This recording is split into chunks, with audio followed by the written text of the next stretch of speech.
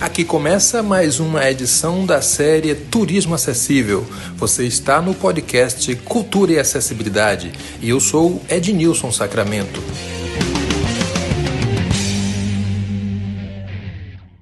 É isso aí, bem-vindo e bem-vinda a mais um episódio da série Turismo Acessível. Hoje nós vamos conversar com um filósofo, fundador do Quilombo PCD, ativista e militante da causa dos direitos das pessoas com deficiência, Marcelo Zig. Marcelo, é uma honra ter. E para início de conversa, eu gostaria que você falasse um pouco sobre você. Como é que começou tudo isso? Primeiro, bom dia, boa tarde, boa noite, a depender do horário de que cada um, tem acesso a esse bate-papo. Obrigado, irmão, pelo convite. É uma honra sempre estar com você e poder compartilhar, das nossas experiências e vivências. Eu sou Marcelo Zig, eu sou carioca, mas resido em Salvador, Bahia. Eu tenho essa dádiva na minha vida de poder ter essas duas terras como terra natal, né? Tanto o Rio de Janeiro como Salvador, porque eu nasci no Rio de Janeiro em razão por força de trabalho do meu pai. Ele era jogador de futebol e à época ele jogava nos times cariocas. Mas também sempre estive em Salvador, né? Porque tanto a família do meu pai quanto por parte de mãe são originários, né, da Bahia. A família do meu pai é toda nativa de Gameleira, da minha mãe é toda de água da antiga Feira da Água de Menino. Então, ou eu estava passando as férias aqui em Salvador e morando no Rio, ou eu estava passando férias no Rio e morando em Salvador. Em 90, eu venho em definitivo para Salvador, e aqui estou até hoje. Em 95, eu me torno pessoa com deficiência a partir de um acidente. Eu tenho uma lesão medular na altura da cervical, na altura do pescoço, e comprometo a minha mobilidade, né? A minha motricidade e sensibilidade dessa região do corpo, do pescoço para baixo. Isso se deu a partir de um acidente. Eu pulei de uma ponte no rio, as águas estavam rasas e acabei me lesionando nesse acidente. Hoje eu tenho 48 anos de idade. Na época do acidente eu tinha 21, e nos 27 anos que se seguiram, né, desde os 21 do acidente até os 48 que eu tenho hoje, eu ingressei na universidade, me formei em filosofia, fundei o projeto Mergulho Cidadão, que é uma campanha preventiva aos riscos do tipo de acidente que eu sofri. Fiz concurso público na empresa que eu trabalhava. Eu criei o programa de acessibilidade, ajudei a criar o comitê de equidade, depois a comissão de profissionais com deficiência da empresa. Fundei o Quilombo PCD, que é um coletivo de pessoas pretas com deficiência, pois assim como na população geral, as pessoas pretas também são maioria entre a população com deficiência do Brasil. E mais recentemente eu estou trabalhando numa empresa de recrutamento e seleção de pessoas com deficiência para o trabalho formal, e eu estou lá na condição de sensibilizador e porta-voz da empresa, né? Então, estou fazendo esse trabalho que está sendo uma nova experiência para mim. Show! Olha, rapaz, quanta coisa! Você é um exemplo que me honra, um companheiro, um amigo, um ativista de primeira linha. Eu fico muito orgulhoso por isso. Zig, do ponto de vista das relações entre pessoa com deficiência e atendimento nos espaços de hospedagem, nos destinos turísticos, qual é a sua visão a respeito do turismo acessível? É algo que ainda está em construção, Ednilson. Pelas assim, as experiências que eu tenho tido, eu costumo, né, sempre que possível, ter pelo menos uma viagem por ano, né? E os meus últimos destinos acabaram que se tornaram um retorno à minha outra terra natal, né, ao Rio de Janeiro. Então eu tenho ido ao Rio de Janeiro com uma frequência maior. e tenho me hospedado em locais diferentes, nunca no mesmo. Primeiro, para poder. Primeiro, que sempre o último local que eu fiquei hospedado não me atendeu por completo, e também para ter experiências, né, de outras formas de que outros hotéis estejam praticando no que tange a acessibilidade, né, no que tange o turismo acessível. Mas, na verdade, eu percebo que ainda é uma construção desde o momento que você compra a passagem, que você acessa o aeroporto, que você entra no avião, faz a viagem, desembarca e acessa a rede hoteleira, e o transporte também, tudo isso aí se torna dinâmicas que você tem que pensar previamente, e mesmo quando você ajusta isso, programa de uma maneira para ter o menos enfrentamento possível, ainda assim eles ocorrem e sempre situações inusitadas se apresentam também. Exato. Olha, eu faço parte do coletivo Quilombo PCD, com muita honra. Daqui a pouco eu quero que você fale um pouco sobre as ações do coletivo.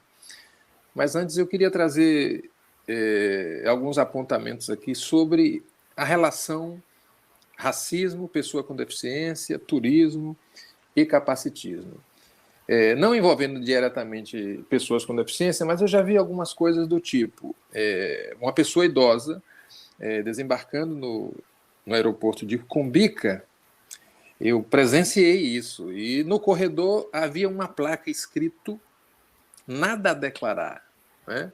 É um setor do aeroporto, nada a declarar. E o senhor, sem muita informação, chegou para um profissional da Polícia Federal e disse: moço, e agora o que é isso, nada a declarar? Aí o cara começou a gargalhar e disse: o senhor tem alguma coisa a declarar? Aí o senhor, sem muita noção, disse: não. Ele disse: então pode passar. Mas qual é a história disso aí? É que o profissional, o atendente, o agente público, gargalhou dele.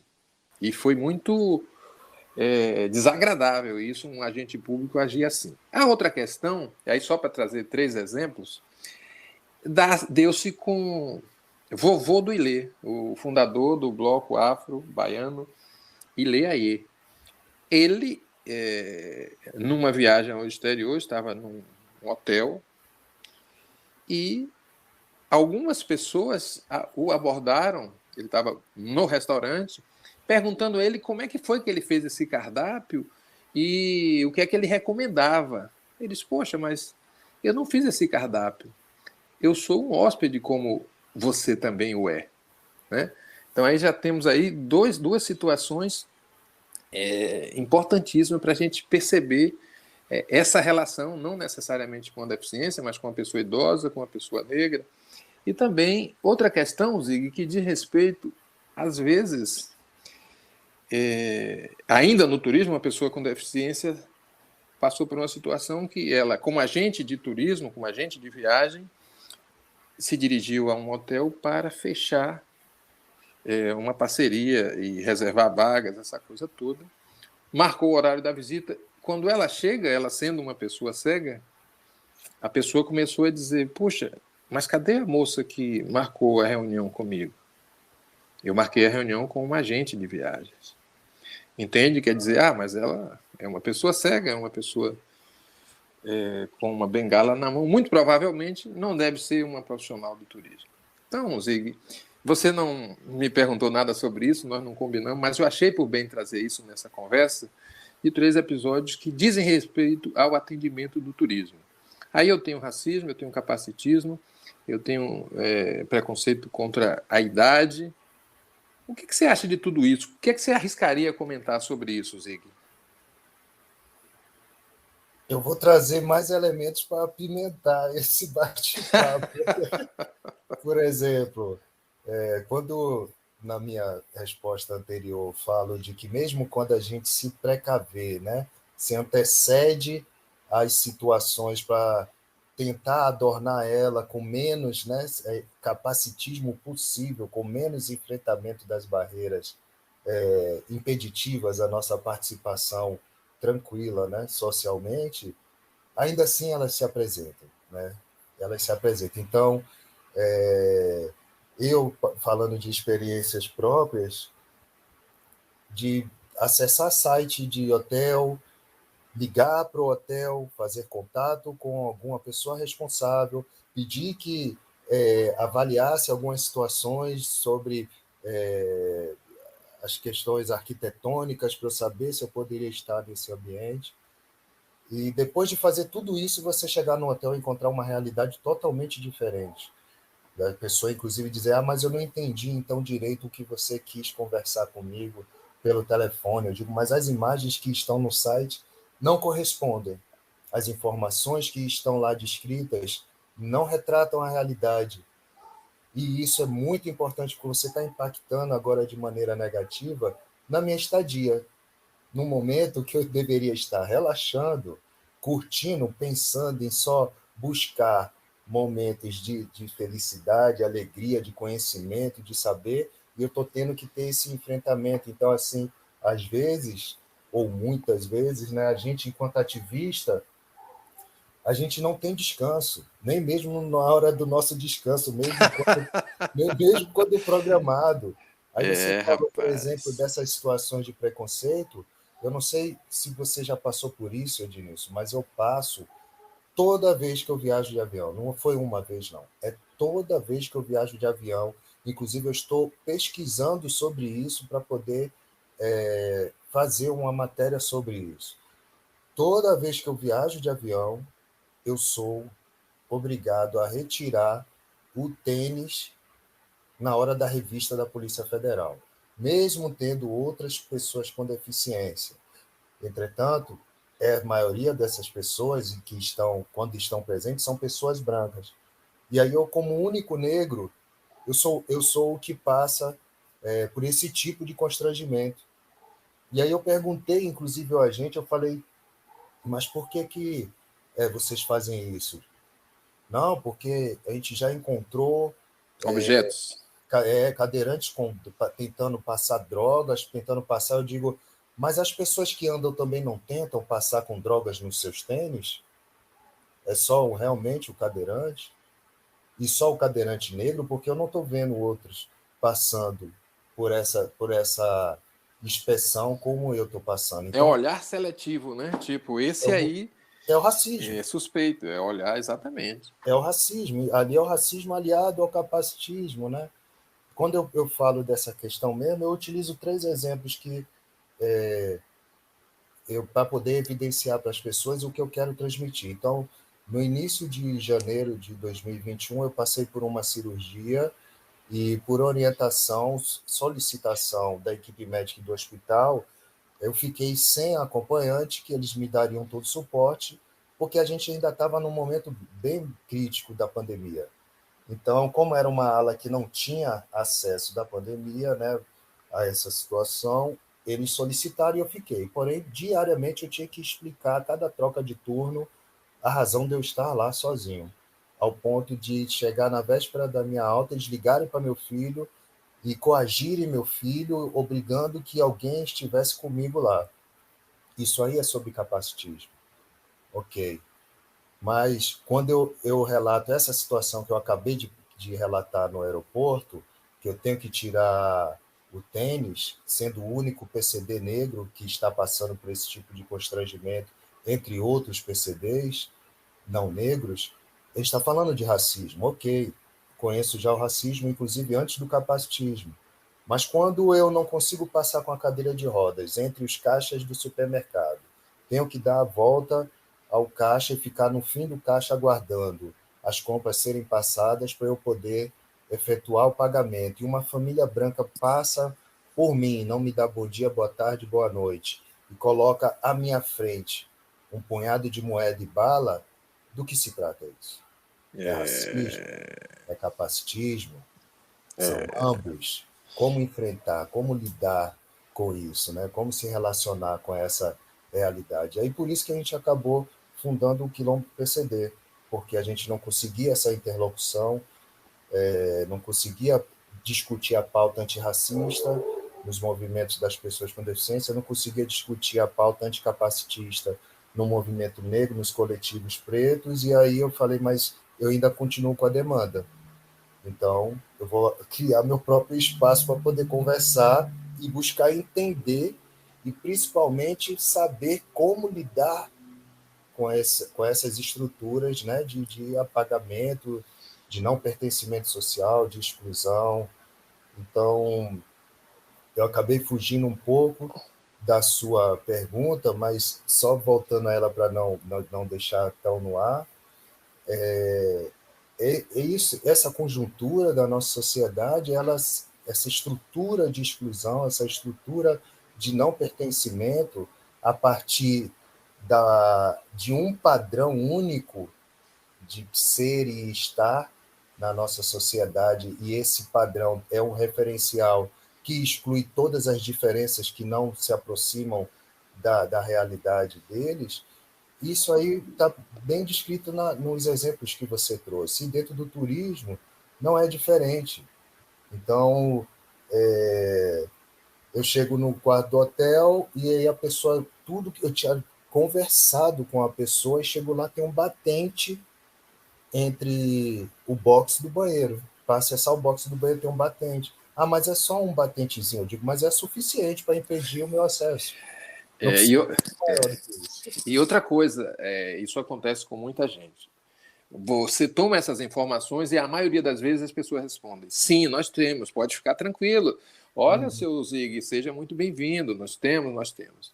Só que eu não sei se por desinformação ou por propaganda enganosa, isso é recorrente, né? Às vezes as pessoas recebem, e aí na hora de assim, ele já comprou a passagem, já se deslocou, está aqui, a gente lança a mão daquela regra chamada jeitinho brasileiro. Isso é muito triste, Zig. Mas eu queria só voltar um pouquinho para falar da rede do Quilombo PCD, que atua nas redes sociais, sobretudo. Eu queria que depois você falasse um pouco sobre as ações que a rede já empreendeu, que o coletivo já empreendeu, e os perfis que a rede tem na internet, e como as pessoas podem unir forças, não é? Porque, pelo que você traz, é preciso fazer ecoar essa voz, porque a cada dia a gente levanta tendo que demover uma barreira. Fale um pouco sobre a rede, sobre o Quilombo PCD e quais as principais ações. Eu sei que nós falamos muito sobre datas comemorativas, sobre situações relativas às diversas deficiências. Fala um pouco sobre isso. A gente, como a gente tem essa intersecção, né, de raça e deficiência na constituição da nossa existência, né, na pluralidade do nosso corpo, primeiro a gente começou a ficar intrigado com esse dado de que a maioria das pessoas com deficiência no país são pessoas pretas. Eu digo, mas por que não se conversa sobre isso?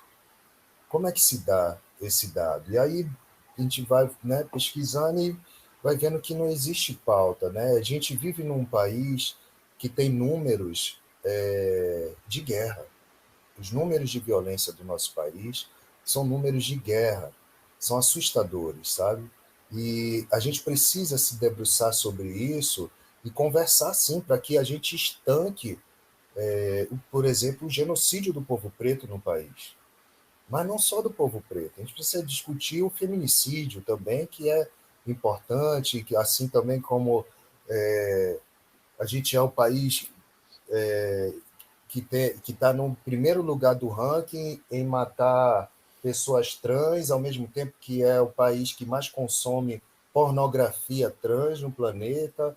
A gente precisa parar, como a gente diz aqui em Salvador, dar um freio de arrumação para entender, de fato, se relacionar de uma maneira honesta e verdadeira com essas situações. Mas, além da questão dos óbitos, a gente precisa discutir outros desdobramentos que as violências provocam no nosso país.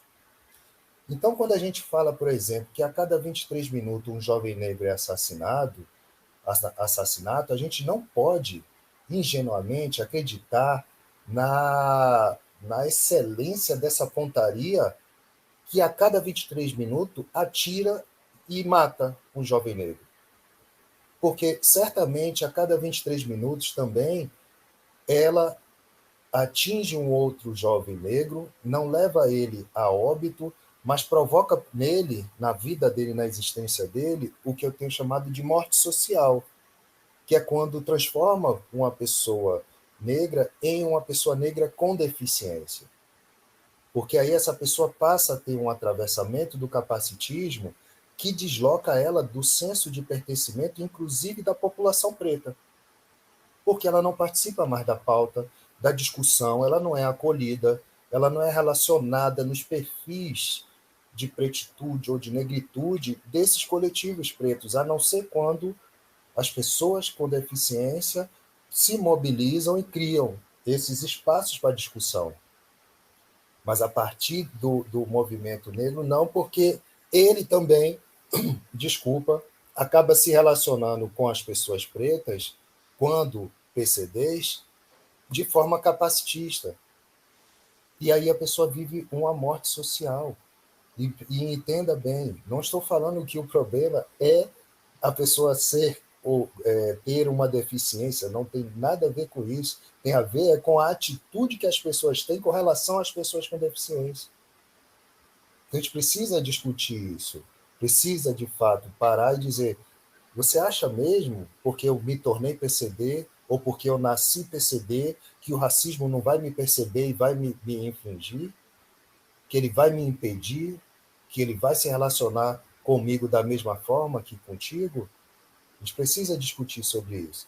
Então, a gente precisa discutir também, se a gente fala sobre a abordagem policial, que é uma abordagem muito mais truculenta e violenta para com os corpos pretos, o que é que acontece com um corpo preto que não atende o comando do agente policial para parar, porque é surdo? O que é que acontece com o corpo preto que reage ao toque de um agente policial numa abordagem porque é autista? O que acontece com essas pessoas? Será que a cada 23 minutos já não está essa estatística composta também com corpos pretos com deficiência? O Beto, que foi assassinado na véspera do Dia da Consciência Negra, em 2020, no estacionamento do Carrefour, era um homem negro com deficiência. Daí eu pergunto: você observou em algum espaço isso ser pautado, ser Não, levantado? não aparece. Entende? E, Então a gente eu precisa costumo chamar. dizer, Zig, que é a ocultação da deficiência. Ou seja, e aí quando você não tem isso notificado, quando as pessoas não analisam todas essas dimensões, passa batido, como a gente fala. E isso que você traz é muito sério, não é? Porque tem vários casos, por exemplo, aqui na Bahia já aconteceu um caso de um rapaz com deficiência intelectual que foi abordado pela polícia e, como ele tinha uma dificuldade na comunicação, o agente entendeu que era mesmo um suspeito e passou a noite no módulo policial e depois a família louca começou a procurar até que chegou a esse rapaz. Aí a família comprovou, veja bem, comprovou que ele convivia com uma deficiência e aí resolveu a situação. É um pouco daquilo que você traz. É preciso. Esse olhar não pode ser tão viciado, né, Zig? Exatamente. A gente, com o Quilombo, por exemplo, a gente participou, colaborou com um rapaz com deficiência intelectual negro em São Paulo. O menino foi preso, foi acusado de três crimes: furto, receptação e mais um outro que eu não me recordo agora. O menino estava na casa de um familiar, a poucos metros de casa, tinha acabado de retornar para casa, porém esqueceu a chave do quarto dele na casa desse familiar. Quando ele retorna, a polícia aborda ele e leva preso. Esse menino foi acusado de tudo isso e não teve esforços que a gente fizesse, que o movimento negro fez, muitas entidades, sabe, participando desse movimento, que fizesse que esse menino não fosse preso. Esse menino foi preso inocentemente. Esse menino ficou preso, chegou a ir para a cadeia da delegacia, foi transferido para a cadeia, porque a gente sabe como são os trâmites na justiça do nosso país, principalmente quando a situação envolve uma pessoa preta, né? E uma pessoa preta com deficiência, o agravante ainda é maior, né? A morosidade ainda é pior. Então, foi para a cadeia, a gente com temor, porque ele tinha o uso de medicamento controlado, contínuo. Os agentes policiais não estavam ministrando. Sabe quem estava ministrando? Os outros presos. Que coisa, Eu Zig. me lembro de um dia estar conversando com a advogada dele e uma irmã que estava também participando dessa ação, que estávamos os três em pranto. E eu cheguei, Ednilson, sabe? Eu acho que eu nunca conversei isso com ninguém. Em pranto, eu cheguei a pedir, eu falei, eu espero, é contra tudo do que eu penso e luto, mas eu espero que os presos sejam capacitistas com esse menino e acolha ele, por dó e piedade, porque só o fato dele estar naquele ambiente totalmente hostil, a gente sabe o que é, né, uma cadeia para qualquer pessoa. Sim. E imagine para o menino que ele não estava nem entendendo o que estava acontecendo. E aí, Zig, não é procurar um tratamento diferenciado por ele conviver com a deficiência, mas por ele não ter nenhuma relação com esses crimes. Quer dizer, aí, companheiro, é um acúmulo aí de opressão. Não é porque ele cometeu e a gente gostaria que ele tivesse um tratamento diferenciado. Estamos falando de injustiça, correto? Injustiça, começou desde o início. Ele já está em casa, está super abalado, a família totalmente desestruturada com isso, e ainda assim está tendo que entrar com uma ação para remover o nome dele, sabe, dessa situação toda. E no final, quem estava ministrando os medicamentos, como eu ia dizendo, foram os prisioneiros que tiveram Sensibilizados, né? sensibilizado, mas dentro de uma perspectiva ainda capacitista, sabe? Sim. Com relação a ele. Mas ainda assim eu digo, está salvando ele, está mantendo a integridade dele, não foi abusado, sabe? Porque ainda tinha Sim, esse receio, sabe?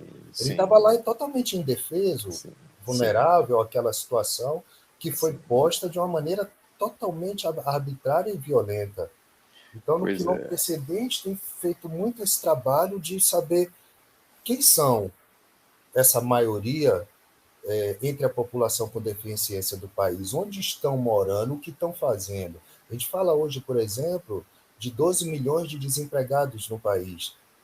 Está falando de pessoas que estão procurando emprego. E aquelas que não têm condições de buscar emprego em razão do capacitismo? Sim.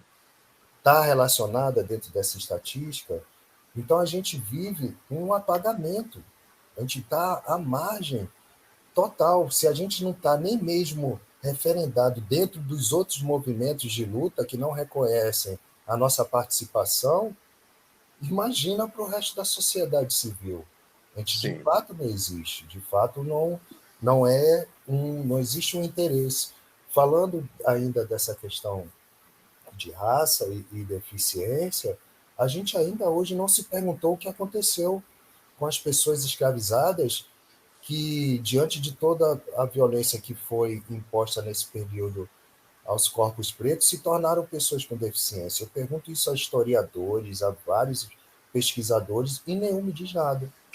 Tem uma lacuna, tem uma Vez, lacuna. Edilson, uma vez eu falando com um historiador, eu falei, você, obviamente que você tem ciência do período do Dom Leopoldo II, que era imperador da Bélgica e que ele tinha sobre, né, o seu comando o Congo, e que ele promoveu um genocídio absurdo de pessoas pretas, a estimativa é de 10 milhões de pessoas, e que ele mutilava as pessoas que não faziam a entrega que ele achava que merecia. Aí a pessoa falou, não, aconteceu dessa história. Eu digo, sim, e qual foi o desdobramento? Qual foi a sequência da vida dessas pessoas? O silêncio pairou no momento. Pois é. apagamento. Ô, Zig, Apagamento. Zig, é tão bom conversar com você sobre esses assuntos. Você traz temas extremamente tensos e necessários. Daqui a pouco eu vou pedir para você deixar o contato do Quilombo PCD. E você, mudando um pouco de assunto, você trabalha muito com formação, você faz palestras, você orienta grupos. Eu queria que você falasse um pouco sobre isso. Na cadeia do turismo, a gente passa também por tantas dificuldades com relação à falta de compreensão, à falta de formação, né? Às vezes as pessoas chamam pessoas cegas de usuários de Libras, chamam pessoas surdas de pessoas que se comunicam através do Braille. Há uma confusão muito grande. Do ponto de vista da formação, de palestras, como é que você agiria nesse sentido? O que é que você recomenda a esses profissionais do turismo? Primeiro, acima de tudo, reconheço o protagonismo das pessoas com deficiência dentro dessa discussão. O lema é bastante explícito e evidente. Nada sobre nós sem nós. Ainda ontem eu fiz uma postagem sobre o Dia Nacional de Braille e estava justamente pontuando no texto a importância do protagonismo da pessoa com deficiência, principalmente na proposição das soluções para os enfrentamentos que a sociedade nos impõe.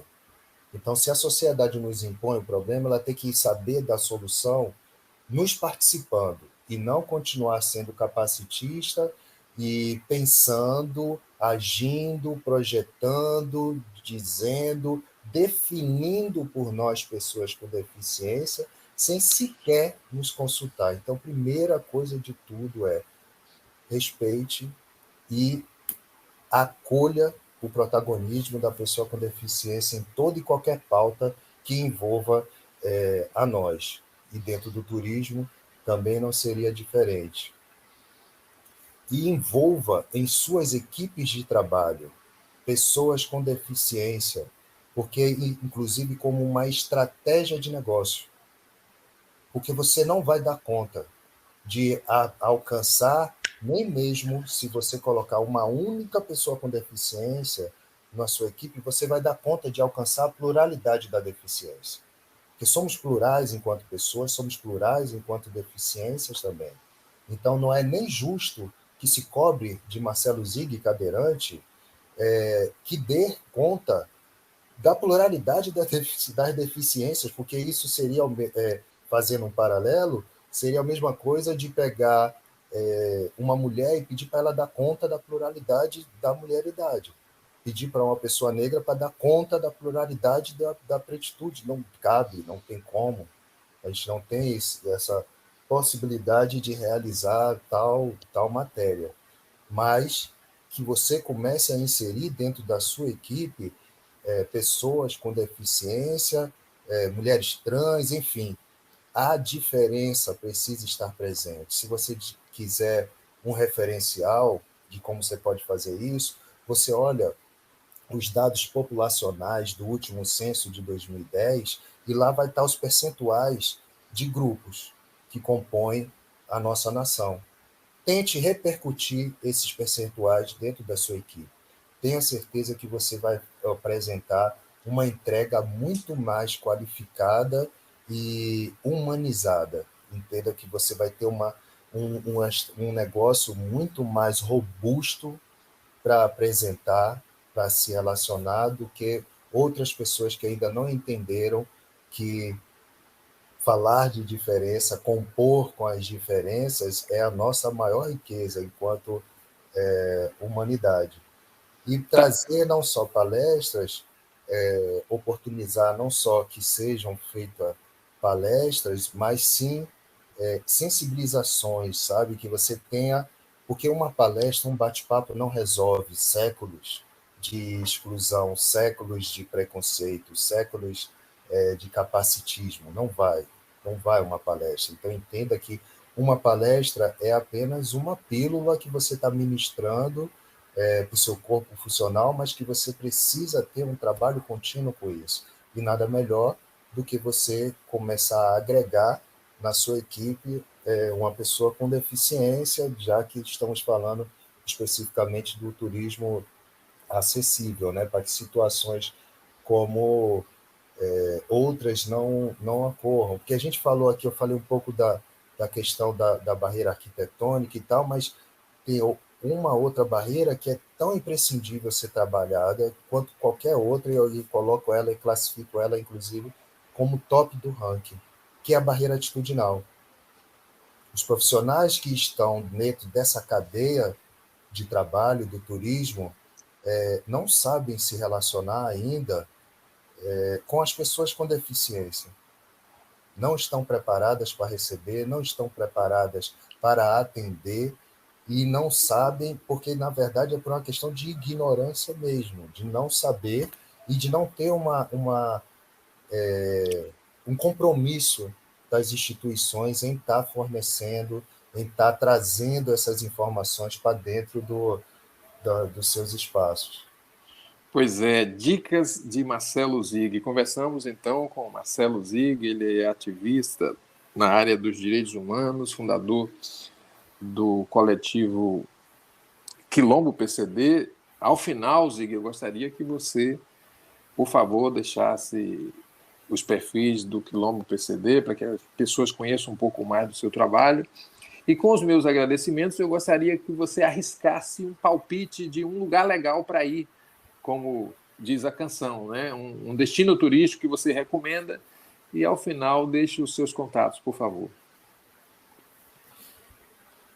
Eu estou aqui pensando num local para poder indicar. Veja que dificuldade. Só essa demora em responder já responde, né? Já responde.